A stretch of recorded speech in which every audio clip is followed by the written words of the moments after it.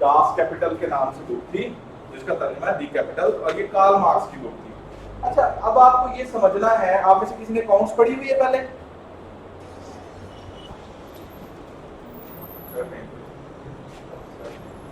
अच्छा, कैपिटल जो है अकाउंट्स में ना, कैपिटल को ओनर इक्विटी भी कहते हैं।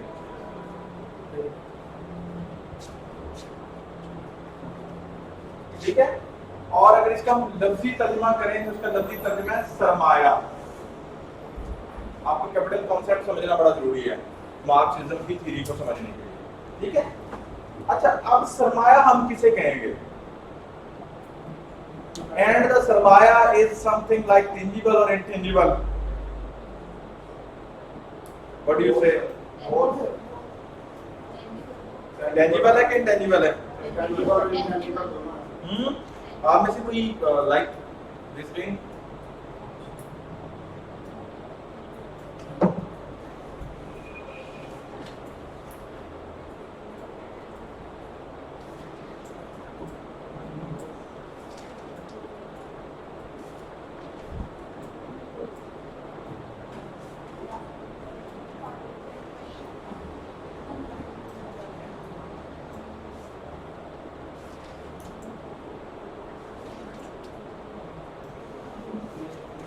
अच्छा, चलिए सरमाया या कैपिटल हम किसे कहते हैं, ये बात समझना बहुत जरूरी है।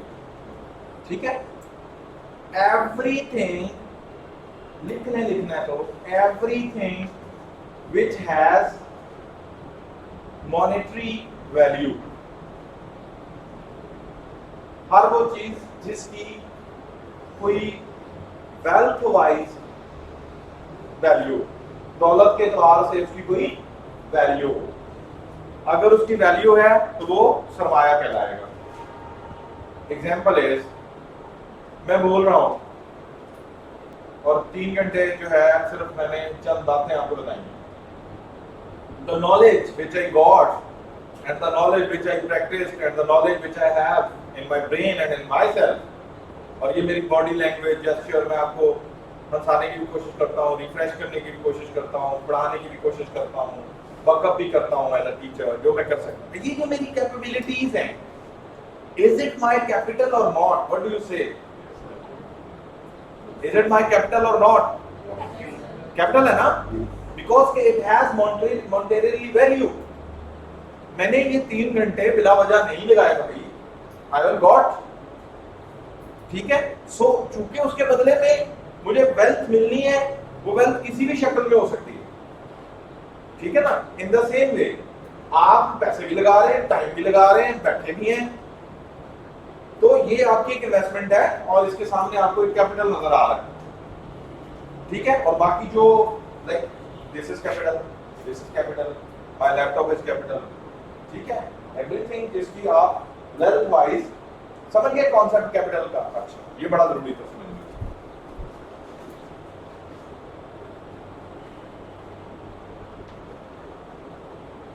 अब ये जो मार्क्सिज्म है ना, मार्क्सिज्म थ्योरी, ये बकायदा एक थ्योरी है। इसकी डेफिनेशन अगर आप शॉर्टली लिखना चाहें तो वो लिख सकते हैं, the impacts of capital on state and society. impacts of capital on state and society, the impacts of capital on state and society। ये मार्क्सिज्म थ्योरी है जी बेटा, मार्क्सिज्म को अपनी तरफ से मैंने आपको डिफाइन करके बताया। कार्ल मार्क्स की हम मार्क्सिज्म थ्योरी पढ़ने जा रहे हैं। मार्क्सिज्म थ्योरी के अंदर हम क्या पढ़ेंगे कि ये जो कैपिटल है इसका मुल्क के ऊपर और सोसाइटी के ऊपर क्या असर है। ये जो जंग हो रही है ये कैपिटल के लिए हो रही है। ओनर आपको एक्सप्लॉइट कर रहा है तो वो कैपिटल वाइज ही कर रहा है। सारी की सारी चीजों की बेस कैपिटल ही तो है। ठीक है, तो मीन्स टू से कि कैपिटलिज्म क्या है?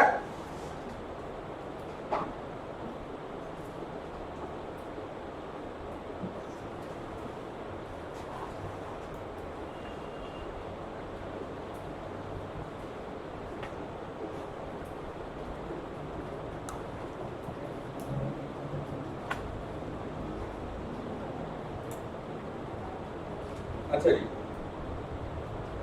कैपिटल की आप डेफिनेशन लिखना चाहते हैं तो मैंने आपको लिखवा दी है, anything that has a monetary value, money से है ना मॉनेटरी, MONETORY,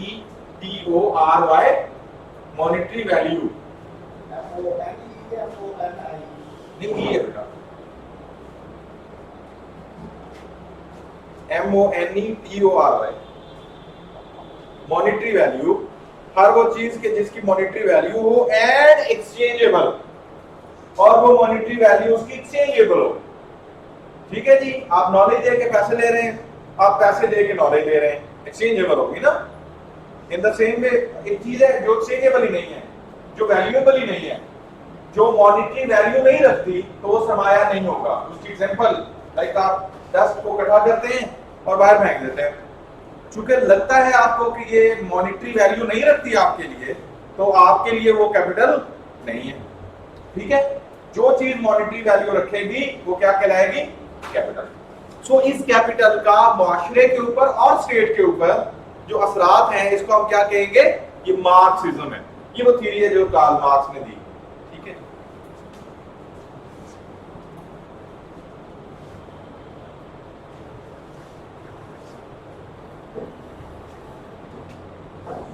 मार्क्स के दौर में, कार्ल मार्क्स के दौर में अगर हम हिस्टोरिकली देखें तो एज वी हैव डिस्कस्ड कि जब भी हम किसी फिलोसोफर या उसकी थ्योरी को देखते हैं तो जहां वो रह रहा है उस वक्त के जो हालात हैं, ठीक है, वो जरूर उसको अपील कर रहे होते हैं, तो उसके जहन में एक आइडिया आता है। तो चूंकि ही बिलोंग्स टू जर्मनी, तो जर्मनी में इंडस्ट्रियलाइजेशन जो थी वो ऑन पीक थी, Marx on peak in Karl Marx era. Karl Marx के दौर में इंडस्ट्रियलाइजेशन हिस्टोरिकली पीक पे थी। ठीक है, कहां पे, इन जर्मनी। अब चूंकि ये जर्मनी में रह रहा था, ठीक है जी, तो इंडस्ट्रियलाइजेशन का मतलब कि संतों का बर्बाद था। तो जब नई संतें लग रही थी तो अल्टीमेट में लेबर काम कर रही थी, वर्कर्स, तो जहां पे इंडस्ट्रियलाइज था सारा कुछ, तो वर्कर्स ज्यादा एक्सप्लॉइट हो रहे होंगे। कौन एक्सप्लॉइट कर रहा होगा, इंडस्ट्रियलिस्ट, कैपिटलिस्ट। तो उसको ये चीज बड़ा दुख दे रही थी कि मेजॉरिटी ऑफ द पीपल के जो लेबर का काम करके इनकी इंडस्ट्रीज को रन करते हैं, तो इनका जो पे बैक मिल बनना चाहिए, वेजेस, सैलरी, या उस प्रोडक्शन में इनका जो शेयर मिलना चाहिए। बात आपने सुनी होगी शायद कि बहुत सी ऐसी चीजें होती हैं जो वर्कर ने बनाई होती है और वर्कर ही उसको इस्तेमाल नहीं कर सकता। बड़ी दुख की बात है कि जी वर्कर एक चीज बना रहा है लेकिन वो वर्कर सारी जिंदगी वो चीज अपने लिए इस्तेमाल नहीं कर सकता। रीजन बिहाइंड कि उसको उसका जो रिटर्न मिल रहा है सोसाइटी में, वेजेस या सैलरी मिल रही है, वो इतनी ज्यादा नहीं है कि वो अफोर्ड कर सके। तो इस टाइम क्योंकि जर्मनी में इंडस्ट्रियलाइजेशन पीक पे थी और इंडस्ट्रियलिस्ट, कैपिटलिस्ट जो थे वो एक्सप्लॉइट कर रहे थे ओनर्स को, ओनर्स एक्सप्लॉइट कर रहे थे वर्कर्स को, तो उसके जहन में फिर मार्क्सिज्म की थ्योरी आई और उसने कैपिटलिज्म को अप्रोच किया, फोकस किया।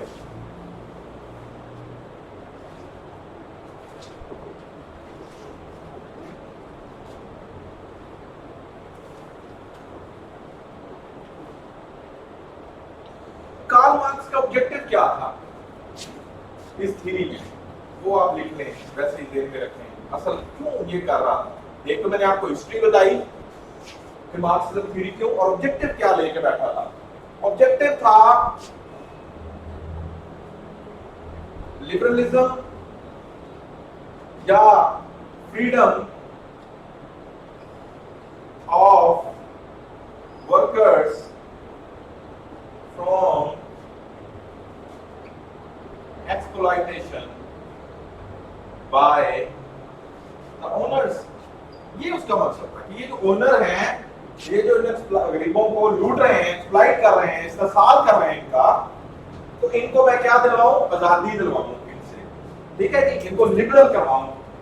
ठीक है, अब लिबरल होने के लिए शक्ल बदल जाती थी, लेकिन एक्सप्लॉइटेशन का अंदाज बदल जाता था, नाम बदल जाता था, लेकिन एक्सप्लॉइटेशन होती रही और आज तक होती रही है। मार्क्सिज्म का जो कॉन्सेप्ट है और कार्ल मार्क्स का जो विजन था वो शायद उस तरह से नहीं अप्लाई हो सका। यूएसएसआर ने उसको फॉलो किया, आपने चाइना में उसके मॉडल्स देखे, साउथ कोरिया में लेकिन जिस तरह से वो चाहते थे कि पूरी दुनिया में ये जो वर्कर तबका है, लोअर तबका है, इसको मैं आजादी दिलवा दूं, और आजादी दिलवाने के लिए उन्होंने जो मॉडल पेश किया, वो मॉडल पेश उन्होंने किया कि होता क्या है। वैसे मैं आपको कॉन्सेप्ट दे रहा हूं और आगे चल के इस कॉन्सेप्ट को डिटेल में डिस्कस करते हैं।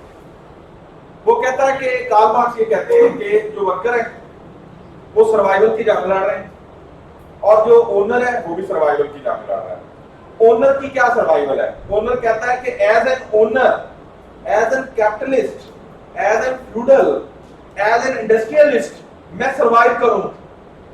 अब सर्वाइवल के लिए वो अपनी उस ओनरशिप को बढ़ाता है, अपने कैपिटल को बढ़ाना चाहता है, एक्सपेंड करना चाहता है। एक बंदा जिसने फैक्ट्री लगाई थी छोटी सी, और 20 साल बाद भी उसकी वो छोटी सी फैक्ट्री है, तो वो जो बड़ा इंडस्ट्रियलिस्ट ओनरशिप है उससे तो निकल गया हो, तो उसकी कोशिश होगी कि भाई मैं आज जो है ये और कल वो और परसों ये और करूं ताकि मैं उसमें न रहूं।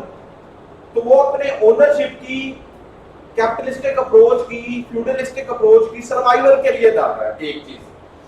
दूसरा उसको खतरा है। खतरा किससे? इसी वर्कर से। उसको ये पता है कि मैं इसको एक्सप्लॉइट कर रहा हूं, और उसको ये भी पता है कि ये कल को अगर मेरे खिलाफ बगावत करे, रिवोल्ट करे, तो फिर ये मेरी तो जाती रहेगी सारा कुछ। तो उस सर्वाइवल से बचने के लिए वो ओनर को मुतमिन करने की भी, वर्कर को मुतमिन करने की कोशिश भी करता है। ठीक है, कभी उसकी थोड़ी वेजेस बढ़ा दी, कभी उसको थोड़ी सोशल सिक्योरिटी बेनिफिट्स दे दिए, कभी उसकी इंश्योरेंस का बोनस दे दिया। ठीक है, हर साल उसकी थोड़ी सी इंक्रीमेंट 500 रुपया बढ़ा दिया, 400 रुपया बढ़ा दिया। ठीक है, अब ये क्या उसको, ये वर्कर के लिए नहीं कर रहा, ये अपनी सर्वाइवल के लिए कर रहा है। दूसरी तरफ जो वर्कर है वो किस, उसको पता है कि मैं एक्सप्लॉइट हो रहा हूं, उसको पता है कि मेरे मेहनत का मुझे हक नहीं मिल रहा। ये कौन सा दौर है कि आप जिस दौर में रह रहे हैं जहां पे आप 7 से 8 हजार रुपए बिजली का बिल अफोर्ड करते हैं, 6 से 7 हजार रुपए नॉर्मल 2.5 मरले का मकान का किराया अफोर्ड करते हैं आप, और जनाब जो आपके इवन यूटिलिटी एक्सपेंसेस आप उनको कंसीडर कर लें तो वो मतलब इन थाउजेंड्स बात चली जाती है। ठीक है, जबकि उसको जो मिल रहा है वहां से वो 10, 15 हजार, 18 हजार, 19 हजार, तो वो तो बेचारा वो 10 घंटे की शिफ्ट लगा के भी आके कुछ करने के लिए मजबूर है ना। ठीक है, वाई राइट, उसको पता है। लेकिन उसको ये भी पता है कि अगर मैं ये नहीं करता, छोड़ देता हूं, तो दिन ये भी जाते रहेंगे। ठीक है ना जी। और जो वक्त गुजर गया वो तो गुजर गया। फॉर एग्जाम्पल कि जी एक मजदूर है, उसके घर में वो बेचारा डेली 1000 रुपए की दिहाड़ी लगाता है, और उस 1000 रुपए में उसने जाते हुए पाया घी भी लेके जाना है, 2 किलो आटा भी लेके जाना है, और 200 रुपया बिजली के बिल के लिए भी बचाना है, और कुछ छोटी मोटी बच्चों के, उसने तो ये किया। तो अगर लेट से उसको फिक्र है कि अगर आज मेरी दिहाड़ी ना लगी तो कल आ जाएगा, तो कल जो दिहाड़ी लगेगी वो तो कल के खर्चे होंगे ना, तो जो आज के खर्चे हो गए तो वो तो दोबारा नहीं आएंगे। तो वो अपनी सर्वाइवल के लिए मजबूर है, और कैपिटलिस्ट अपनी सर्वाइवल के लिए सब कुछ कर रहा है। ठीक है, तो कार्ल मार्क्स ये कहते हैं कि क्या होता है फिर कि सदियों तक ये होगा कि वर्कर एक्सप्लॉइट होता रहेगा, और कैपिटलिस्ट उसको एक्सप्लॉइट करता रहेगा। लेकिन फिर वही क्लास इन इटसेल्फ और फॉर इटसेल्फ कॉन्सेप्ट में कॉन्शियसनेस आएगी वर्कर को। फिर वो अपने राइट्स के लिए इकट्ठे होंगे, आवाज उठाएंगे। जब आवाज उठाएंगे तो जो कैपिटलिस्ट हैं, जिन्होंने, जिनका स्टेट भी साथ दे रही है, मतलब सोसाइटी सब उनका साथ दे रहे हैं, ठीक है, तो वो उसको किसी नए अंदाज में थोड़े बहुत बेनिफिट्स दे के, कोई शक्ल बदल के, कोई थोड़ा रूप बदल के, फॉर एग्जाम्पल हर साल हर बजट में गवर्नमेंट सेज कि भाई वर्कर के लिए मिनिमम तनख्वाह इतनी होनी चाहिए। तो क्या जो तनख्वाह बढ़ाते हैं 18,000, 15, 20 तक है अभी तक चलते हैं, तो क्या ये 20,000 रुपए जस्टिफाइड है उसकी फैमिली के लिए आज के दौर में? नहीं है। तो लेकिन ये दे के तो स्टेट क्या कर रही है? कैपिटलिस्टिक जो बंदा है, ओनर जो है, उसको साथ दे रही है कि तुम ना टेंशन लो, मैंने ये कह दिया, तुम ये कर दो, ये मुतमिन हो जाएंगे। ठीक है, तो स्टेट, यानी ये सारा कुछ कौन कह रहा है? Karl Marx. वो कहता है कि उनको कॉन्शियसनेस आएगी, वो क्लास सर्कल में जाएंगे, वो फिर करेंगे, वो शक्ल बदलेगी, एक नया ट्रायंगल बन जाएगा, फिर वो थोड़े मुतमिन हो जाएंगे, ठीक है मेरे पास राइट्स मिल गए हैं, बेहतर हो गई हालात, ये हो गई, ये हो गई, वो फिर बेचारे पिसना शुरू हो जाएंगे। जैसे आप देख रहे हैं कि एंशिएंट फिर फ्यूडलिस्ट ने लूटा, फिर वो आगे चल के इंडस्ट्रियलिस्ट ने लूटा, तो एक तसलसल जारी है। तो वो कहते हैं वो शक्ल बदलती है ओके। तो कार्ल मार्क्स ये कहते हैं कि मैं वर्कर्स को ये कहना चाहता हूं कि आप ये करें कि अपनी स्ट्रगल के दौरान जो उनसे कंप्रोमाइज कर देते हैं, कंप्रोमाइज ना करें। ये कंप्रोमाइज इनफैक्ट आपको दोबारा मजबूर कर देता है एक्सप्लॉइट। कंप्रोमाइज करने की बजाय आप इन कैपिटलिस्ट को ही खत्म कर दें। जब कैपिटलिस्ट खत्म हो जाएंगे, ठीक है जी, तो जैसे प्लेटो कहता था कि जी everyone is worker and everyone is owner, कोई डिफरेंस है ही नहीं, ठीक, वो वाला निजाम लेके आए जो कम्युनिस्ट लेके आते हैं, ठीक। तो फिर उससे क्या होगा कि आपकी एक्सप्लॉइटेशन, क्योंकि ओनर वाला कॉन्सेप्ट, कैपिटलिस्ट इंडस्ट्रियलिस्ट वाला कॉन्सेप्ट ही खत्म हो जाएगा, तो फिर आप एक्सप्लॉइट ही नहीं होंगे, आप मेहनत करेंगे, स्टेट आपको पे बैक कर देगी, ठीक है। तो ये वाली चीज, अगर ये कैपिटलिस्ट को फेवर कर रहा है तो ये फेमिनिस्ट की थ्योरी क्यों दे रहा है? कैपिटलिस्ट को कौन फेवर कर रहा है? सर ये बात कैपिटलिस्ट पे बात कर रहे हैं, वो तो कैपिटलिस्ट को खत्म करना चाह रहा है। वो तो कैपिटलिस्ट, वो तो ये रोना रो रहा है कि वर्कर्स एक्सप्लॉइट हो रहा है कैपिटलिस्ट के हाथ से। वो तो कैपिटलिस्ट के खिलाफ है, वो तो वर्कर्स को कैपिटलिस्ट से आजादी दिलाना चाह रहा है, ठीक है जी। अब बेटा चार चीजें सिर्फ हमने समझनी है और बस हमारा टॉपिक क्लियर हो जाएगा।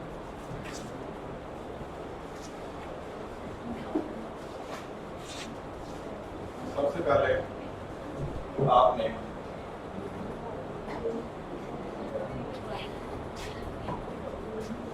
अच्छा, जैसे ना खैरो बरकत के लिए जब ये हमारा इंशाल्लाह अगले 2 लेक्चर्स में पहला पार्ट 1 कंप्लीट हो जाएगा, तो खैरो बरकत के लिए ना सब लोग 11-11 रुपए लेके आएंगे, मैं भी 11 रुपए डालूंगा, जो पैसे बनेंगे उसकी हम कोई चीज़ मंगवाएंगे, ठीक है, वो सारी खुद भी खाएंगे और अकेडमी में भी बांट देंगे दुआ करके खैरो बरकत के लिए। 11 कर लें, 21 कर लें,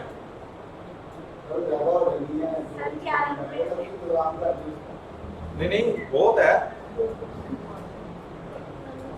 या फिर कोई है ज्यादा हो जाएगी, नहीं मुनासिब है, या आपको बिरयानी की देख शेक उतरा लेते हैं बाहर, और हर स्टूडेंट लिख के लगा देना, हर स्टूडेंट अपना शॉपर घर से लेके अपना इंतजाम खुद करके है।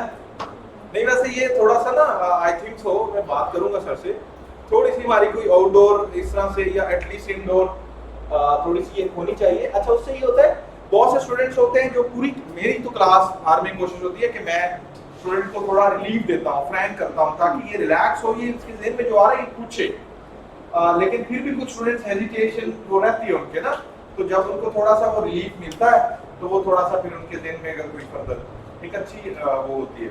पिछले साल किया था इस तरह स्टूडेंट्स ने, किया था इधर कब? लास्ट ईयर सीबीएसई के लिए प्रिपरेशन के लिए आए थे, तो सर अपने सामान को उसना पार्टी की सारे स्टूडेंट्स ने कंट्रीब्यूशन किया। मैंने तो 3-4 बैच पढ़ने होंगे तो पार्टी वाली गाली हुई है। अच्छा इसका मतलब ये है कि पॉसिबल है, ये है, तो हम आपस में मिलके उनके नोटिस में लेके प्लान कर लेते हैं, क्या ख्याल है? अच्छा जी, पहली जो चीज है वो है इकोनॉमिक डिटर्मिनेशन।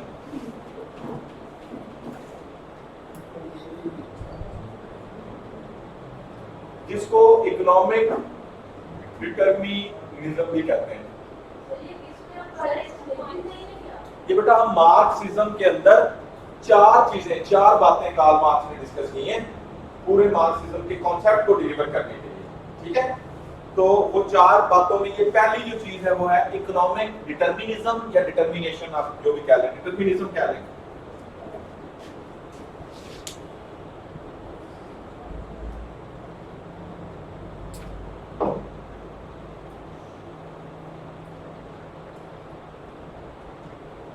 अच्छा जी, इसमें जो सादा बात वो कहता है कि everything happens in society based on economy.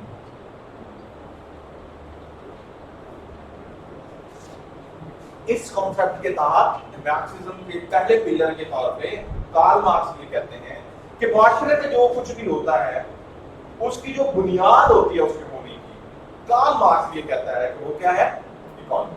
मतलब वो कहते हैं कि अगर इवन कोई स्टेट बनती है, इकोनॉमी उसके पीछे होती है।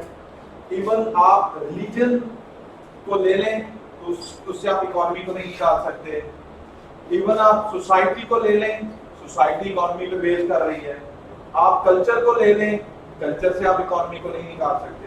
कोई भी आप आइडियोलॉजी ले लें तो किसी ना किसी स्टेज पे जाके वो इकोनॉमी से जुड़ जाएगी। तो वो कहते हैं कि माशरे में जितनी भी चेंजेस आती हैं तो उसके पीछे इकोनॉमिक डिटरमिनिज्म होता है, इकोनॉमी उसकी वजह होती है।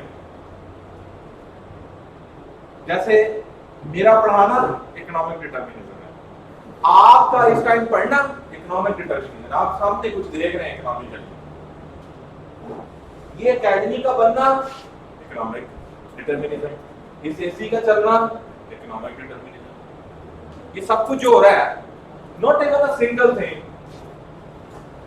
आप जाके नमाज पढ़ के अल्लाह से मांगते हैं जो चीजें, तो उनमें कहीं ना कहीं इकोनॉमी आप मांग रहे होते हैं, या अल्लाह खुशहाली देना, या अल्लाह तेरे बरकत देना, पैसे देना, किसी स्टाइल में आप तरीके से पैसे मांग लेते हैं। आप रिश्तों में बड़ी तलख बात है, लेकिन ये मैं करता होता हूँ, ये फैक्ट है। आपके दादा परदादा या वो लोग जो इकोनॉमिक बेनिफिट देने के काबिल नहीं रहे, उनकी घरों में वैल्यू जो होती है बहुत माजरत के साथ बिल्कुल डाउन हो जाती है। हाँ, चार पाई उनकी कोई अपने कमरे में नहीं रख रहा होता, ड्यूटी में जाती है, गोदाम में जाती है। आप उनके पास 7 से 8 मिनट बैठते हैं और वो 7-8 मिनट बड़ी तलखी में बैठते हैं, और आप भी वही दुआ दे के आते हैं, चलिए अल्लाह उनको अपने पास आसानी पैदा करे। ठीक है, आपसे वो भी फोड़ नहीं होगा होता, तो खांसना किसी को अच्छा नहीं लग रहा होता। जबकि अगर उस बड़े का कोई इकोनॉमिक सोर्स हो, कोई फैक्ट्री, कोई बड़ा नेटवर्क उसके नाम हो, तो भाई जी उसके लिए व्हील चेयर आ जाती है, पापा से बहुत मोहब्बत होती है। एक बात सुनी कि वो देहातों में उन्होंने बाबा जी थे, तो उन्होंने वो एक बॉक्सा था, उसमें वो कुछ चीजें ये मट्टी और कोई इस तरह की चीजें ना रफ सी डाल के तो वो रखी हुई थी, और लॉक बड़ा सारा लगवा के। तो वो जब कोई बेटे इकट्ठे होते हैं, बेटियां, तो वो कहते हो मेरा सलूक कितने हो, मेरा सलूक मेरे को कर दो, तो सारे अब्बा जी साढ़े नाल नहीं आते, तुसी साढ़े को लाओ। और जब अब्बा जी की डेथ हुई, उन्हें सलूक को लेते हुए है ही कुछ नहीं। सो कार्ल मार्क्स सेज के एवरीथिंग हैपेंस इन सोसाइटी। आपका कल्चर सारा इकोनॉमी पे बेस नहीं कर रहा, ये सारे ब्रांड्स, ये सारी वेरिएंट इकोनॉमी पे बेस नहीं कर रही। सोसाइटी इकोनॉमी के बगैर कोलैप्स हो जाए, बताइए तो सही कोई चीज है जो इकोनॉमी के बगैर है। कार्ल मार्क्स सेज पहली चीज, ठीक हो गया जी, दिस कांसेप्ट इज क्लियर। अच्छा जी, यहाँ पे आपको एक बेटा चीज समझनी है इसी कॉन्सेप्ट में, प्रोडक्शन ऑफ कैपिटल। आप कैपिटल को प्रोडक्शन चाह रहे हैं ना, कैपिटल को प्रोड्यूस करना पड़ता है ना, ठीक है। तो कैपिटल की प्रोडक्शन के लिए 3 चीजें आपको रिक्वायर्ड है normally, raw material, number 2 technology, number 3 labour. इन 3 चीजों के बगैर आप कोई भी कैपिटल, जब मैं कैपिटल कह रहा हूं तो पंखा भी कैपिटल है, everything which has a monetary value that is capital. तो इन 3 चीजों के बगैर आप बना नहीं सकते ना। फॉर एग्जांपल कि जी हम ये ग्लास अगर एक मॉनेटरी वैल्यू ये बनाना चाह रहे हैं, तो इसके लिए रॉ मटेरियल चाहिएगा, इसके बगैर तो नहीं बनेगा। आपका ये पेपर, आप जिस चेयर पे बैठे हैं तो प्लास्टिक चाहिए ना, रॉ मटेरियल चाहिए। उसके बाद रॉ मटेरियल से काम नहीं चलेगा, यू नीड अ टेक्नोलॉजी। वो सिंपल हो, वो एडवांस हो, वो whatsoever, you need a technology. और थर्ड वन, दोनों चीजें हों, रॉ मटेरियल भी पड़ा है, टेक्नोलॉजी मशीन भी लगी हुई है, तो उसको चलाना जो है ना किसी ने, मालिक के एक फैक्ट्री में 1000 मशीनें तो 1000 लोग तो नहीं चलाएगा, वी नीड अ लेबर। तो प्रोडक्शन ऑफ कैपिटल के लिए कार्ल मार्क्स सेज कि ये 3 चीजें जरूरी है। Communication includes your something else in technology और इन नेटवर्क ना, टेक्निक है ना। टेक्नोलॉजी डजंट मीन के मशीन सिर्फ, टेक्नोलॉजी इन्वॉल्व्स एवरीथिंग कि जो प्रोडक्शन ऑफ कैपिटल के प्रोसेस की तकमील में एंड तक जाती है ना, सारी टेक्निक्स उसमें। कम्युनिकेशन एक टेक्निक है ना, तो उसमें आ जाएगी। ठीक है, कार्ल मार्क्स के मैसेज इकोनॉमी को हम रिलीजन के साथ कैसे जोड़ेंगे? अभी जोड़ देंगे, अभी जोड़ा तो है। आप क्यों दुआएं करती हैं, अल्लाह मुझे सीएसएस करा दिया, अल्लाह मुझे पास कर, या अल्लाह हमें खुशहाल कर दे, करते हैं आप? ठीक है, तो आप पैसे तो मांग रहे हैं, तो फिर आप निकाल लें, पैसों को निकाल लें।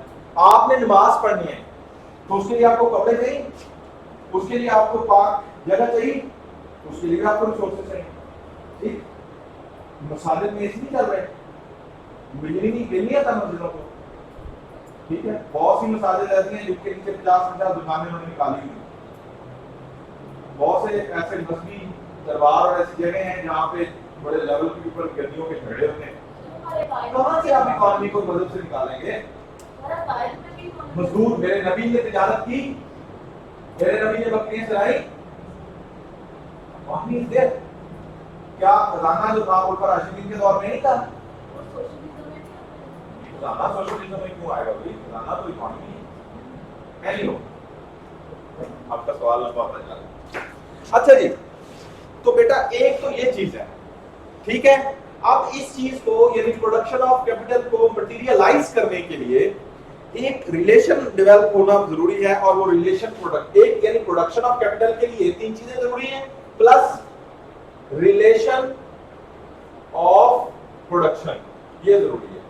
अब वो रिलेशन क्या है? वो रिलेशन है ओनर का और वर्कर का। समझते हैं? जब तक वो रिलेशन नहीं होगा, देखिए ना, कोई भी लेबर आपको रखता है तो वो टर्म्स एंड कंडीशंस, पे, टाइम, सारी चीजें डिसाइड होती है ना, वो एक रिलेशन डेवलप। तो प्योरली हर वो चीज, इवन ये एक लेक्चर, एक कैपिटल, अगर हम कहते हैं कि लेक्चर एक कैपिटलिस्टिक अप्रोच में हो रहा है, तो उसके लिए आप देखें ना, एक टेक्नोलॉजी रेल हुई है ना, क्लास बनी है, ये एकेडमी बनी है, आप तक ये मैसेज गया होगा कि यहाँ ये हो रहा है। ठीक, और उसके बाद रॉ मटेरियल लाइक बुक्स और ये सारी चीजें, और फिर आप देख रहे हैं कि लेबर, चले हम अगर उस कैटेगरी में लेबर में, तो फिर एक हमारा और उनका रिलेशन, तो मीन्स उसे कि रिलेशन ऑफ प्रोडक्शन के लिए, और वो जो आप कम्युनिकेशन की बात कर रही थी, और प्रोडक्शन ऑफ, ये सारी चीजें जो है वो जरूरी है।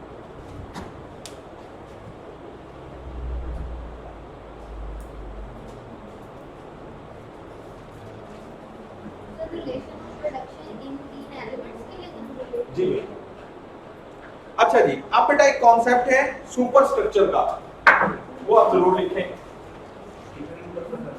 ये लिख लिया आपने सर? सुपर स्ट्रक्चर, इसी में ही हम वो लिख रहे हैं।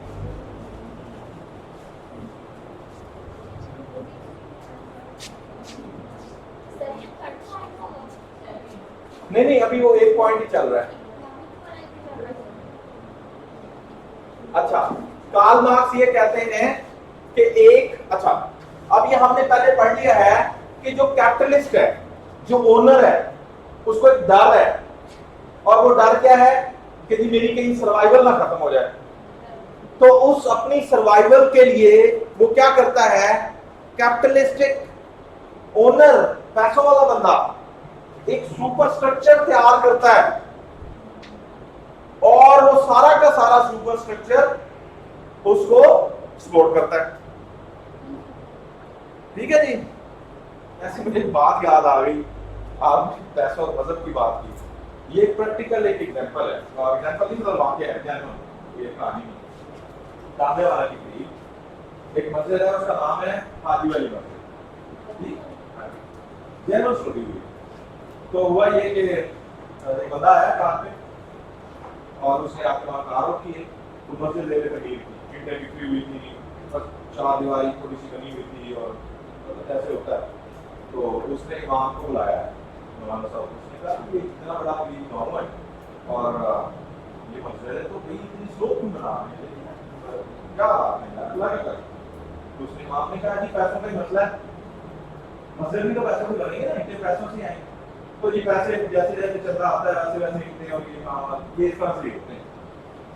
क्या कह रहे हैं, अल्लाह का बना रहा है, ये तो अपने 5 लाख पैसे दिया।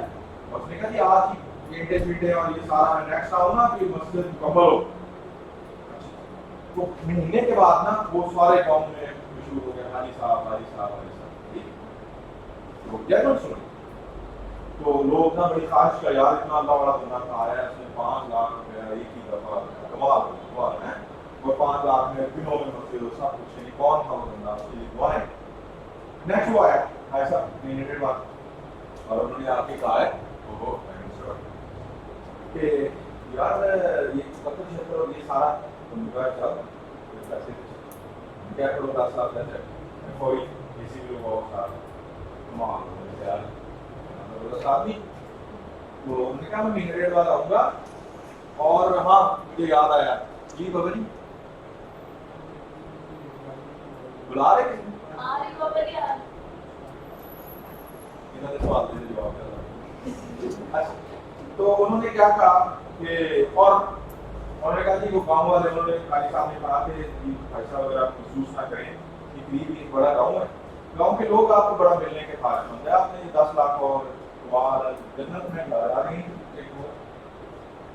तो आप अगर वहाँ खैर वो वहाँ गए, मस्जिद मिलान हुआ, हाजी साहब आ गए, ऐसा गाँव आ रहे हैं, लोग बड़ी ख्वाहिश से और बड़े अदब से, भाई साहब ने जलालत में आए, उन्होंने कहा मेरी बात सुने, गरीब तरीन लोग कौन है इस गाँव में, बड़ा बंदा तो बड़ा ही आपका बेटा है, बेटे को बड़ा और उसको भी, ठीक है 2 लोग हैं, सबसे गरीब ये हैं, उनके अपने बेटों को शनाख्ती कार्ड वगैरह डॉक्यूमेंट्स दें, मेरा एक बाहर की मुल्क चल रहा है छोटा सा बिजनेस, तो मैं 2 लोगों के लिए तो सुनिए ना बाहर की मुल्क तो चले आप मुल्क 6.5 बच्चे कहा हाँ भेज रहा हूँ, तो उन्होंने भेज दिया, वाकई नहीं जी 2 महीने बाद तारी साहब को ऐसे दोबारा आए, सीधे गाँव में गए, जाके उन्होंने कहा कि भाई वो बच्चे वहाँ सेटल हो गए, हाँ भाई बाबा जी पैसे कैसे भेजे हैं, उन्होंने कहा जी वो तो आप मान लो काजी साहब सुनिए, उन्होंने कहा लाओ फिर पूरा गाँव चुके इतने आप लोग मुझे मोहब्बत देते हैं, तो पूरे गाँव के जो लोग भी मस्जिद स्टेट में जाना चाहते हैं वो आ जाए, पूरा गाँव मेहनत लगा है ऐसा नहीं क्या भाई, अब देखें क्योंकि ज्यादा लोग हैं 2 लाख रुपया फी कर रहा वो देगा, और ये 2 लाख रुपया कुछ मैंने पैसे डाल दिए, कुछ ये हैं टिकट के, वहां बंदा चला जाएगा, जाते ही उसने महीने बाद 2 लाख और भेजना, लोगों ने कहा साहब खुशी माशाल्लाह अल्लाह का कार और सब कुछ सामने 2 लाख की बहुत सी बात है, उन्होंने कहा जी चलो ठीक है ना 2 का बच्चा कमाओगे, शनाख्ती कार्ड से 2 लाख रुपया, ठीक वो कोई 150 बंदा तैयार हुआ, लिस्ट बनी काजी साहब ने बनाई,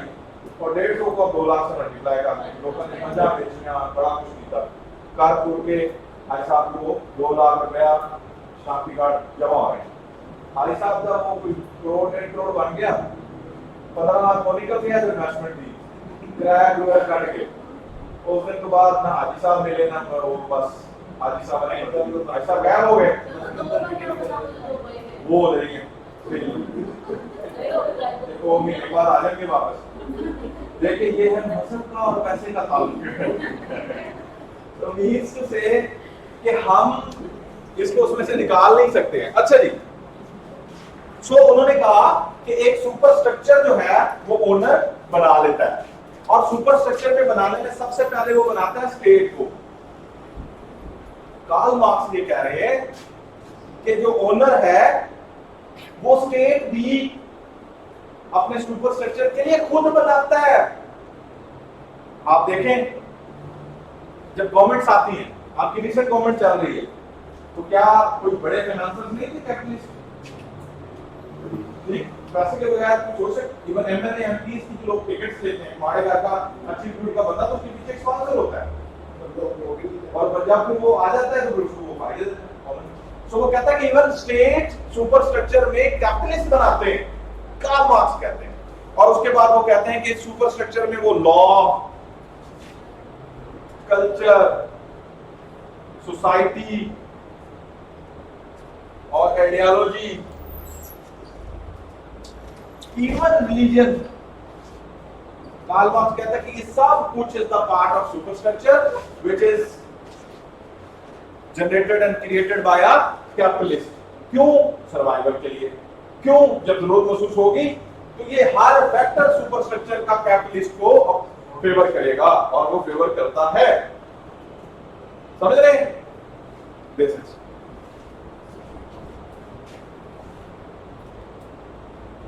अब मैं आपको इसकी एग्जांपल एक लेट से वैसे दे देता हूं कि नॉर्मली ये जो यूनिवर्सिटी है, ठीक है जी, गवर्नमेंट की यूनिवर्सिटी कौन बनाता है? गवर्नमेंट बनाती है, स्टेट बनाती है। उसमें से लोग पढ़ते हैं, कोई इंजीनियर बना, कोई डॉक्टर बना, कोई पीएचडी डॉक्टर बना, बन गया। बन के जितने लोग पढ़ते हैं क्या सबको स्टेट ओन कर लेती है? नहीं करती। तो वो लोग कहां जाके सेटल होते हैं? प्राइवेट सेक्टर में, फैक्ट्रीज में, मिलों में, ऑर्गेनाइजेशंस में। मैंने गवर्नमेंट यूनिवर्सिटी से स्कॉलरशिप और डॉक्टर प्राइवेट सेक्टर में आ गया ना, सर्विसेज तो कहीं और दे रहा हूं, ओनर्स को दे रहा हूं। ठीक, तो ये क्या है? स्टेट ने अपने सुपरस्ट्रक्चर के तहत किसको फेवर किया? और जब ओनर के पास जाएगा तो ओनर एक्सप्लॉइट नहीं करेगा। बंदा कहता जी मैं लम से इंजीनियर हूं, यूईटी से इंजीनियर हूं, तो कहते हैं 20,000 रुपए जाना है, 20,000 पता मैं इंजीनियर हूं सर, क्या हो गया? अभी कहते चल बाहर हो, इंटरव्यू चल रहा है, पीछे कितने बंदे बैठे हो, तंडे आना लिखी कर लो, लिखी कर लो, नहीं चलो लिखी कर लो, मैंने मजाक कर रहा हूं। This happens. तो ये क्या हो रहा है? इसी तरह किसी न किसी स्टेज के ऊपर सुपर स्ट्रक्चर का हर फैक्टर, उस कारी साहब के जिन्होंने ओनर को जाके वहां स्कोर करवाया, हर फैक्टर किसी न किसी स्टेज के ऊपर सुपर स्ट्रक्चर का हर फैक्टर किसको सपोर्ट कर रहा होता है? ओनर को। क्यों? वो क्रिएट ही उसने किया होता है भाईजान।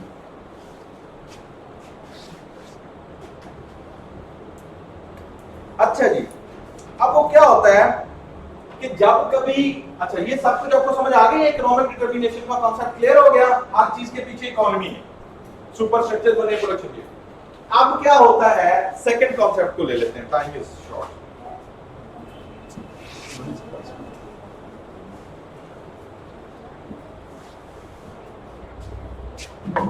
सेकंड कॉन्सेप्ट है बेटा सरप्लस वैल्यू।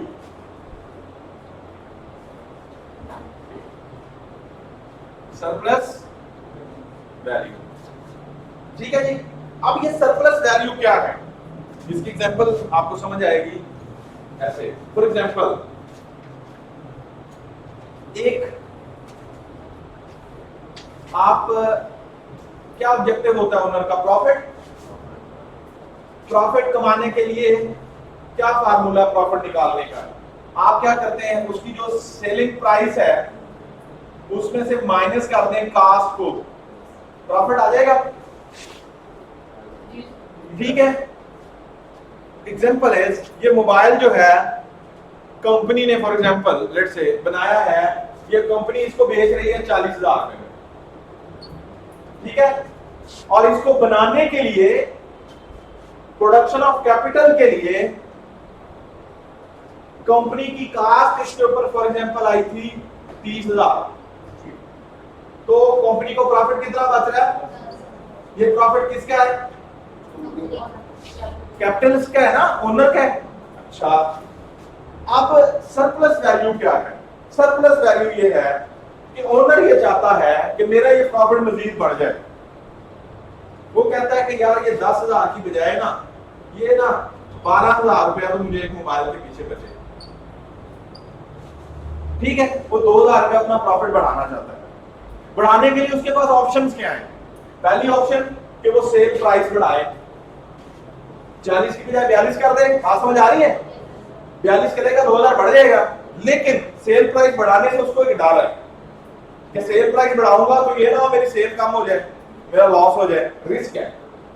लिहाजा शायद वो इधर ना जाए, या जाएगा तो तब जाएगा जब बाकी कंपनीज भी बढ़ाएंगी, वरना अकेले वो अपने प्रॉफिट के चक्रों में सेल नहीं बढ़ाएगा। लिहाजा ये ऑप्शन तो उसके पास नहीं है। सेकंड ऑप्शन क्या है? कास्ट को कम कर दे। ये हुआ ना, ये 30 की बजाय अगर 28,000 में बना दे तो भी 12,000 बचेगा ना। कास्ट को कम कर दे, माइनस कर दे। कास्ट को कम करने के लिए वो प्रोडक्शन ऑफ कैपिटल में आएगा। प्रोडक्शन ऑफ कैपिटल में उसके पास कार्ल मार्क्स से 3 ऑप्शंस हैं। First one is raw material में कोई हैंकी पैंकी करे 2000 की, ठीक, ये है ना, रॉ मटेरियल सस्ता कर दे, लेकिन ये फिर रिस्क है। फॉर एग्जांपल 32,000 में उसका बन रहा था, तो लेट्स से कि 20,000 का रॉ मटेरियल लग रहा था, 5,000 रुपया टेक्नोलॉजी का खर्चा आ रहा था, 5,000 रुपया लेबर का उसका खर्चा आ रहा था, इस तरह से उसका ये 30,000 रुपया खर्चा आ रहा था, ठीक है। अब वो अपनी वो कास्ट को कम करना चाह रहा है। एक ऑप्शन है कि इसको 18,000 का रॉ मटेरियल कर ले, जिसका मतलब है उसकी क्वालिटी कम होगी, तो फिर मार्केट है, ठीक है, कंपटीशन है, तो लॉस के चांसेस हैं।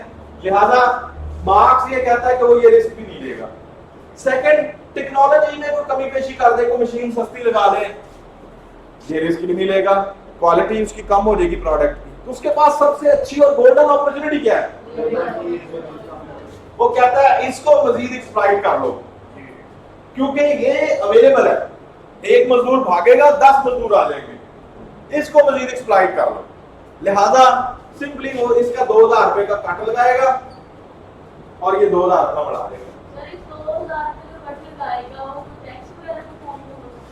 नहीं, वो फॉर एग्जांपल वो ऐसा तो नहीं है कि लेट्स से एक मजदूर है, उसको वो पर मंथ दे रहा है 10,000 रुपया सैलरी, ठीक है। अब साल खत्म हुआ, नया साल शुरू हुआ, तो इसमें जो उसका इजाफा होना चाहिए वो इन्फ्लेशन के हिसाब से होना चाहिए ना, अफराद दर महंगाई कितनी हुई है, ठीक है जी। कश्मीर का मतलब वो कोई भी आप घी ले लें, वो कितना बड़ा चीनी इसकी जरूरतों के हिसाब से, तो महंगाई तो कह रही है कि इसका ये इजाफा जो है वो 5,000 कम से कम हो जाना चाहिए, तो उसकी सैलरी 15,000 होनी चाहिए। लेकिन मालिक इस चक्कर में वो क्या करेगा, 5,000 इजाफे की बजाय 3,000 इजाफा कर देगा, 2,000 का कट लगा दिया उसने, इस तरह से करेगा। ऐसा तो नहीं पॉसिबल कि वो 10,000 दे रहा है और वो कहे जी कल से 8,000 है, लेना तो ठीक है, तो भाग, ऐसा तो नहीं करेगा ना, ठीक है। ये एक्सप्लॉइट का तरीका है। This one clear. सो इस सारे प्रोसेस को Karl Marx says this is surplus value. Capitalistic approach में, मार्क्सिज्म में इस कॉन्सेप्ट को वो क्या कह रहा है, अपनी वैल्यू को सरप्लस करना चाह रहा है, ठीक है। और उसके लिए उसके पास बेस्ट ऑप्शन क्या है, लेबर। और ऑलरेडी क्लास स्ट्रगल किसकी चल रही है, ओनर की और क्लियर।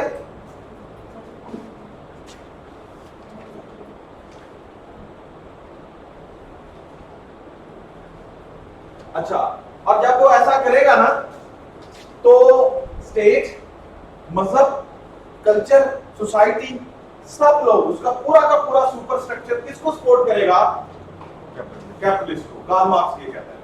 एग्जांपल है, स्टेट हर साल बजट में मिनिमम जो सैलरी या वेजेस हैं उसकी वैल्यू फिक्स करती है, तो क्या वो वैल्यू जस्टिफाइड होती है एज कंपेयर टू इन्फ्लेशन, ठीक है। तो क्या होता है, स्टेट उसको सपोर्ट करती है, वो कहती है मैं इतने बड़ा आ रही, तू ओन कर ली, ये मुमकिन हो जाएगा तुम्हारा रिलेशन। स्टेट क्या चाह रही है, स्टेट चाह रही है कि प्रोडक्शन हो, स्टेट कह रही है कि मेरी खजाने जो है वो खाली ना हो जाए, कैपिटलिस्ट ना भागे यहां से, ठीक है ना। तो ये सारा कुछ हो रहा है। वालेकुम सलाम। हाँ हाँ हाँ,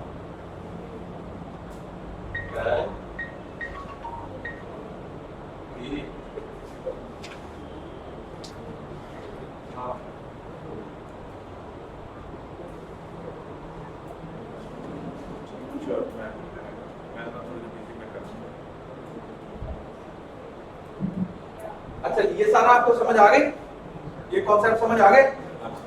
नेक्स्ट जो तीसरी चीज है,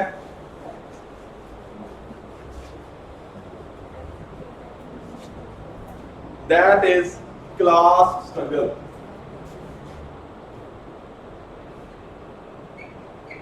ये क्लास स्ट्रगल की थ्योरी है जो आपके पेपरों में भी आ रही है जी। Third one, class struggle. Class struggle के अंदर ही एक थ्योरी और जम हो जाती है कार्ल मार्क्स की,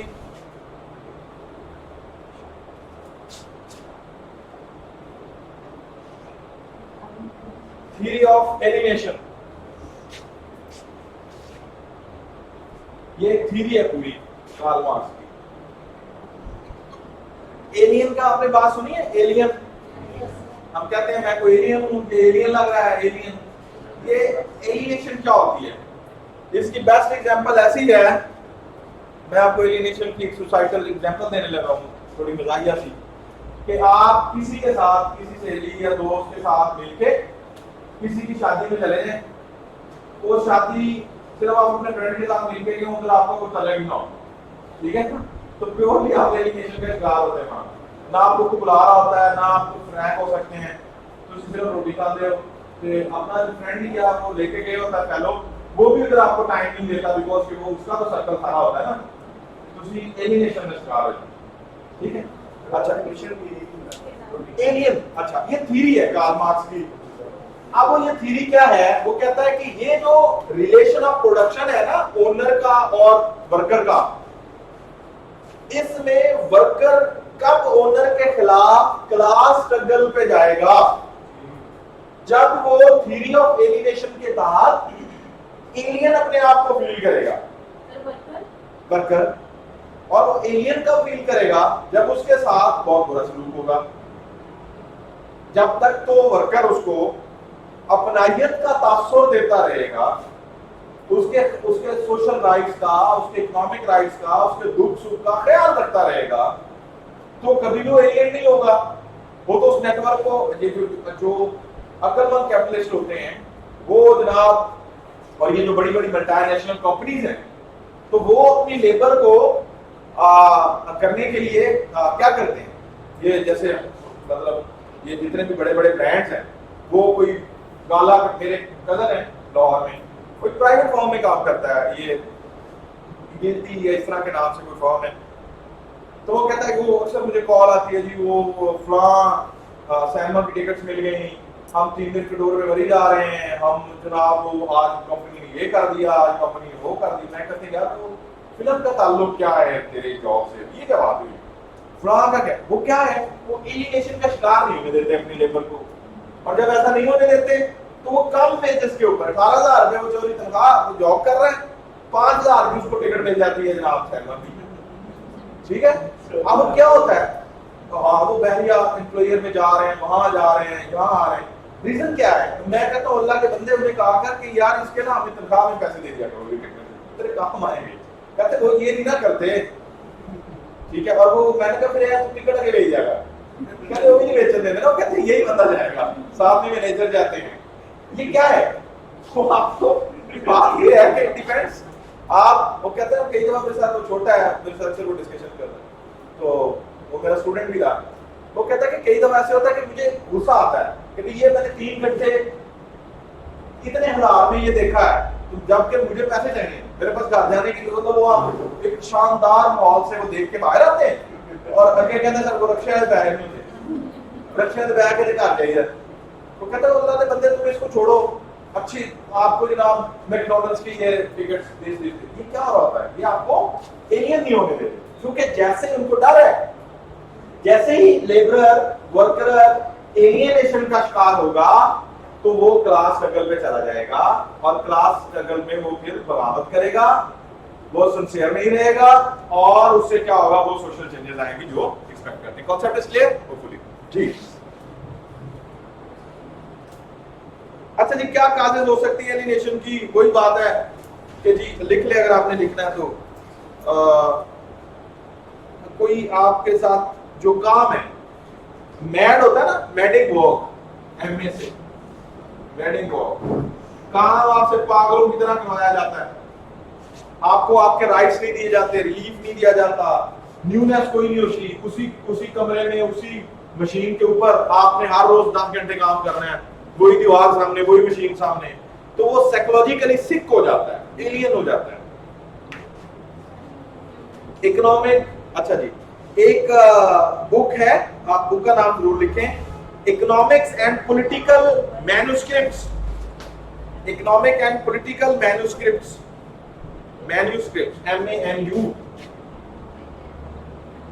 script, political and economic manuscripts, ये बुक कार्ल मार्क्स की है, 1844 में उसने लिखी थी। उसमें उसने ये थ्योरी ऑफ एलिनेशन दी थी।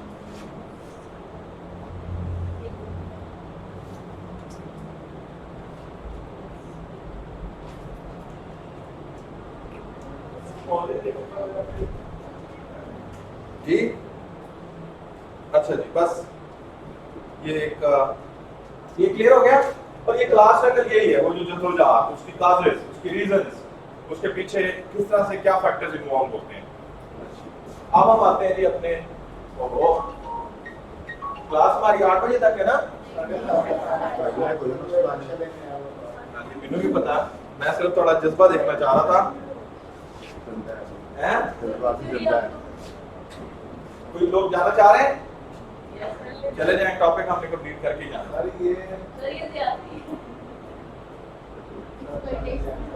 एक्सप्लेनेशन ऑफ वर्कर्स है ना, क्लास वर्कर है ना। बस एक छोटा सा टॉपिक, एक एलिमेंट रह गया, इसको कंप्लीट कर लेते हैं, तुम्हारा ये कंप्लीट हो जाएगा। कभी कामयाब नहीं होती जो टाइम की पाबंदी नहीं करती, इसलिए तो कह रहा हूं टाइम की पाबंदी करो और पढ़ो। सर यहाँ ध्यान पर जाना है। ये बेटा लिखें डायलैक्टिक हिस्ट्री, चौथा एलिमेंट जो मार्क्सिज्म में दिया है वो डायलैक्टिक हिस्ट्री दी है। अब ये डायलैक्टिक क्या होता है ये आगे चल के 1 मिनट में आपको समझ आ जाएगा जी। अच्छा आप देखें, एक थोड़ी सी आपको करनी पड़ेगी। फॉर एग्जांपल ये है आपकी इकोनॉमिक फाउंडेशन। इकोनॉमिक फाउंडेशन क्या है, ये और ये, ठीक है। चीज कैसे बनानी है और इनका ताल्लुक क्या होगा, इस सबको मिला के क्या कहते हैं, इकोनॉमिक फाउंडेशन, जिसके तहत वर्कर और ओनर जुड़ा हुआ है, जिसके तहत चीज पैदा हो रही है, प्रोडक्शन ऑफ कैपिटल हो रहा है। ये सारा process is called economic foundation. Economic foundation को वो कहता है थीसिस। थीसिस का मतलब होता है मुकालमा। अच्छा ये यहाँ पे काम हो रहा है, चीज बन रही है, वर्कर और लेबरर जुड़े हुए हैं, ओनर और वर्कर, और सब कुछ चल रहा है, ठीक हो गया। ये इकोनॉमिक फाउंडेशन। जो वर्कर था उसको कई सदियां बाद शऊर आया, थ्योरी ऑफ एलिनेशन उस पर अप्लाई हुई, उसकी मोटिवेशन हुई, वो बहुत ही एक्साइट होने लग गया और तंग आके उसने स्ट्रगल शुरू कर दी, क्लास स्ट्रगल शुरू कर दी, बगावत शुरू कर दी मालिक के खिलाफ, क्लास स्ट्रगल। तो अब क्लास स्ट्रगल के बाद ये जो इकोनॉमिक फाउंडेशन का ताल्लुक था, ये जो थीसिस का ताल्लुक था, ये वो कहता है कि ये एंटी थीसिस हो गया, ये ताल्लुक खराब हो गया। हालात, एहतजाज, हड़तालें, तोड़ फोड़, ठीक है, वो ताल्लुक जो आइडियल इकोनॉमिक फाउंडेशन का रिलेशन था वो डिस्टर्ब हो गया। ठीक, रिलेशन डिस्टर्ब होने पे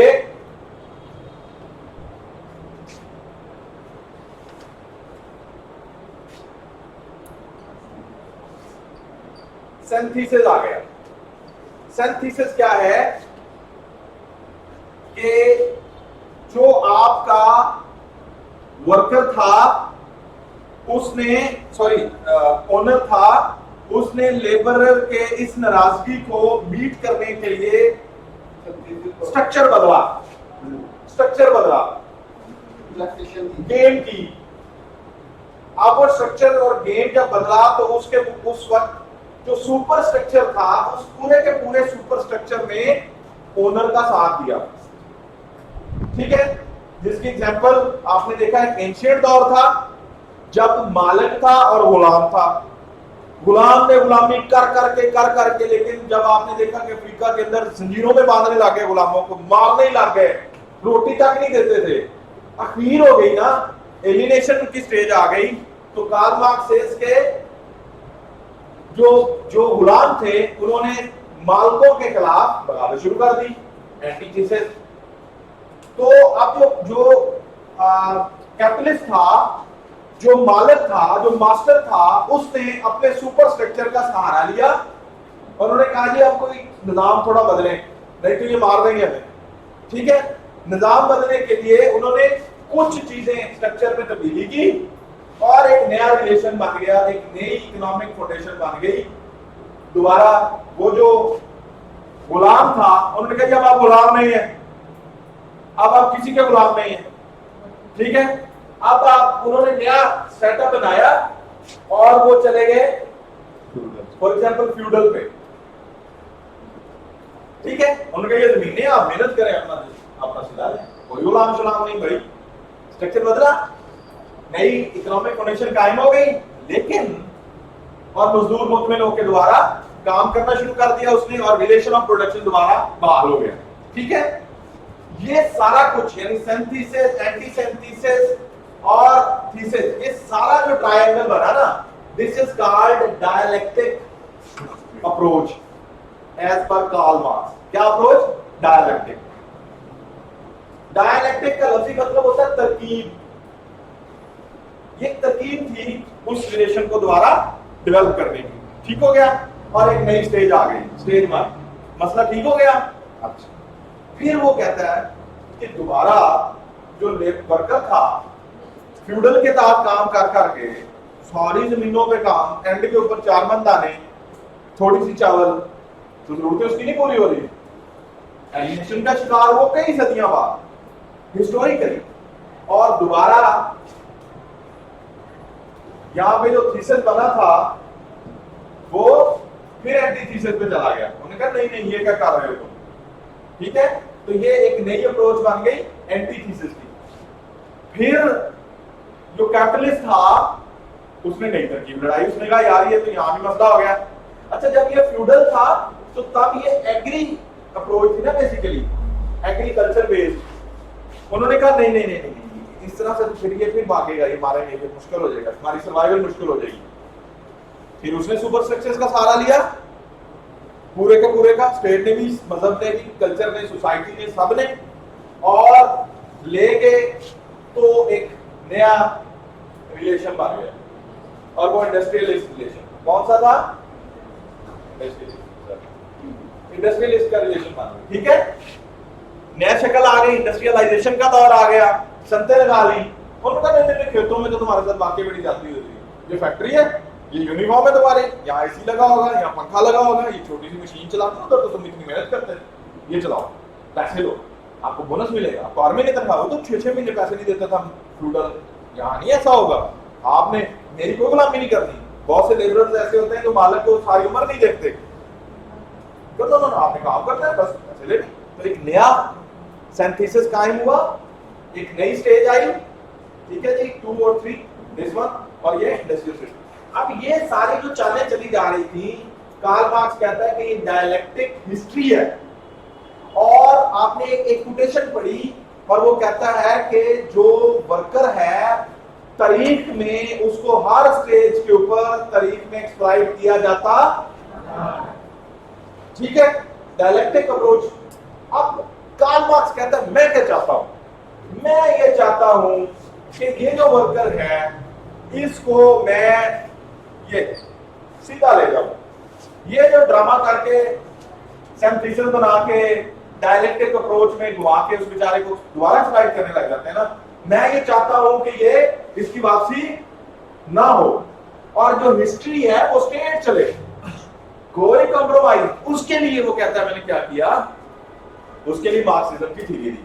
वो कहता है मेरी ये राइटिंग्स जो हैं ये मोटिवेट कर रही हैं वर्कर्स को, और मैं वर्कर्स को ये सजेस्ट करता हूं कि अब जब आप क्लास स्ट्रगल में कोशिश करेंगे और थीसिस से एंटी थीसिस पे पहुंच जाएंगे, तो एंटी थीसिस के ऊपर जाके दोबारा सिंथेसिस पे आने की जरूरत नहीं है, आपने इनके साथ कॉम्प्रोमाइज नहीं करना।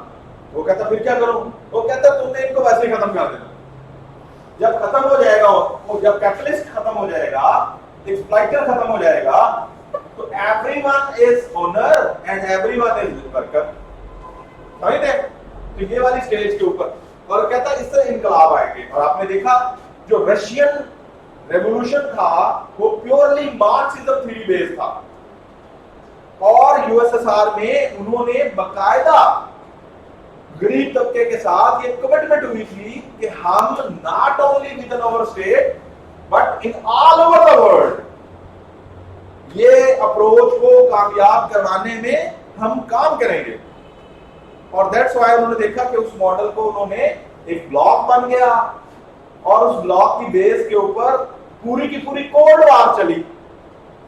ठीक है, comparatively USA was following capitalistic approach but they were following communistic और मार्क्सिज्म। ठीक है, तो एक कोल्ड वॉर सारी यहां से आ गई ना, कोल्ड वॉर इन्हीं के दरमियान तो थी, समझते हैं। और दे वांट कि ये अच्छा, अब अगर हम इसको कंक्लूड करें तो उस तरह से शायद कार्ल मार्क्स या मार्क्सिज्म थ्योरी की एप्लीकेशन नहीं हो सकी जिस तरह से वो चाहता था कि पूरी दुनिया में, मतलब उसकी theory was not only specifically for Germany और फॉर यूएसए और फॉर स्टेट, वो तो वर्ल्ड वाइड एक कॉन्सेप्ट दे रहा था ना, पूरी दुनिया में तो ऐसा नहीं हो सका। Capitalistic states are still existing, workers are still being exploited and capitalistic approach is still prevailing and enhancing। ठीक है, तो उस तरह से तो नहीं हो सका, लेकिन to some extent उसका मॉडल जो है उसमें इतनी जान थी कि वो मॉडल कहीं ना कहीं किसी ना किसी लेवल के ऊपर अप्लाई भी हुआ है और दुनिया उससे मुतासिर भी हुई है और दुनिया उसको पढ़ भी रही है और लाइफ प्रोफेसर अकेडमी में भी को पढ़ाया। ठीक हो गया जी, बात समझ आई है? तो ये 4 स्टेजेस थी, हमने कार्ल मार्क्स को पढ़ा है और मार्क्सिज्म को पढ़ा है। दिस वाज ऑल अबाउट जी। ये जो एवरीबॉडी इज ओनर और एवरीबॉडी इज वर्कर है, ये प्लेटो ने कहा था। एक बात ये आप जरा लिख लें, और दूसरी बात है रसू क्या कहते थे। रसू ये कहते थे, रसू का स्कूल ऑफ थॉट ये कहता था, आपको अगर याद हो सोशल कॉन्ट्रैक्ट थ्योरी में, तो उसको कहता था कि जब दुनिया में इंसान आया, स्टेट ऑफ नेचर में इंसान आया, तो उस वक्त उसकी कोई प्रॉपर्टी नहीं थी, वो प्रॉपर्टी लेस था। तो अगर वो प्रॉपर्टी लेस था तो इसका मतलब है वहां कोई ओनर नहीं था और कोई वर्कर नहीं था। और जब तक ओनर और वर्कर का खड्डा नहीं था, प्रॉपर्टी का मसला नहीं था, तब तक उसको सोशल कॉन्ट्रैक्ट थ्योरी की जरूरत भी महसूस नहीं हो रही थी। जैसे ही इंसान ने डेवलप होके ये कॉन्सेप्ट अपने अंदर लेके आया कि भाई ये तेरी जगह और ये मेरी जगह, ये तुम्हारा दरख्त और ये मेरा दरख्त, ये तुम्हारा और ये हमारा, अब जब वो प्रॉपर्टी की तरफ आया तो उसको वही वाली सर्वाइवल की इनसिक्योरिटी फील होने लगी जो ओनर को और वर्कर को होती है। और उस वजह से रसूल कहता है कि इसको सोशल कॉन्ट्रैक्ट में आना पड़ा, लॉज की तरफ आना पड़ा, स्टेट बनाना पड़ी। समझ गए? सो ये कॉन्सेप्ट जो है वो प्लेटो से, रसूल से एक हमें नजर आता हुआ मिला है, जिसको कार्ल मार्क्स ने बहुत ही अच्छे तरीके से सिस्टमाइज करके साइंटिफिकली को दिया है। और दुनिया में टू सम एक्सटेंट ये अप्लाई भी हुआ है और बहुत सारे ममालिक ऐसे हैं जहां अप्लाई नहीं हुआ।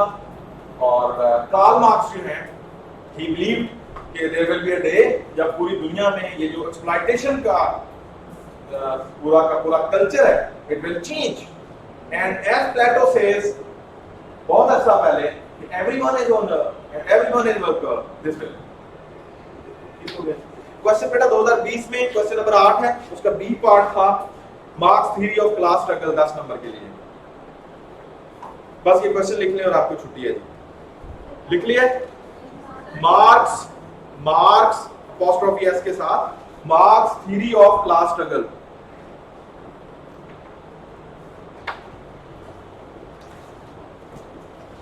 ये किसका है बेटा? ग्रामेटिक थोड़ी सी है, अच्छा जी। 2017 में क्वेश्चन नंबर 3 था 20 नंबर के लिए। क्वेश्चन लिख लें 2017 question number 3।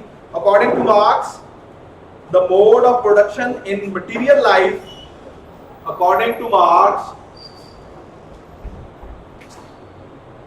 The mode of production in material life, mode of production in material life determines the general character of social, political and spiritual process in life,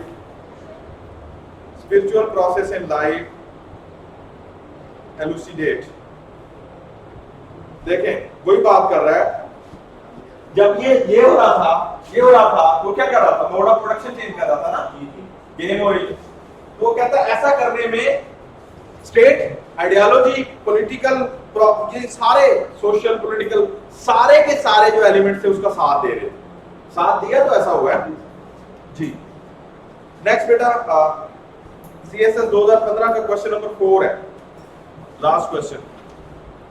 equal distribution of wealth, class struggle का क्या motive है, Marxism क्या कहती है, Karl Marx क्या कहता है, equal distribution of wealth. Explain this statement in the light of Marx philosophy। Marks के ऊपर apostrophe s है, पिछले 6 सालों में कितनी दफा ये 3 दफा है, 2020 में, 2017 में और 2015 में। 2015 से 2021 तक के 6 साल में फोकस कर रहा हूँ, क्योंकि बहुत पीछे जाने की जरूरत नहीं होती, 5-6 साल बाद कंटेम्पोरेरीली ट्रेंड बदल जाता है नॉर्मली। तो 3 यानी 6 सालों में 3 दफा ये क्वेश्चन बेटा है।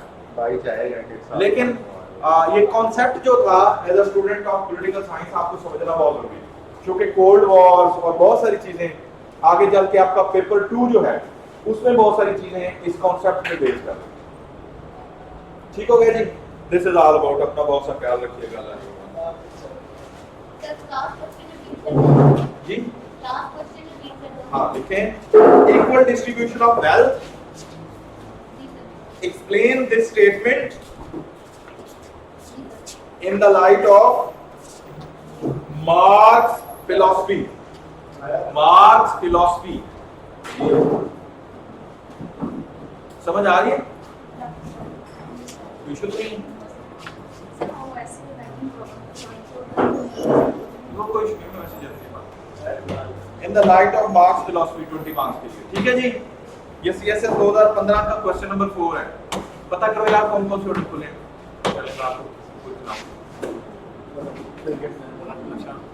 तुझे क्या मसला बना होता है?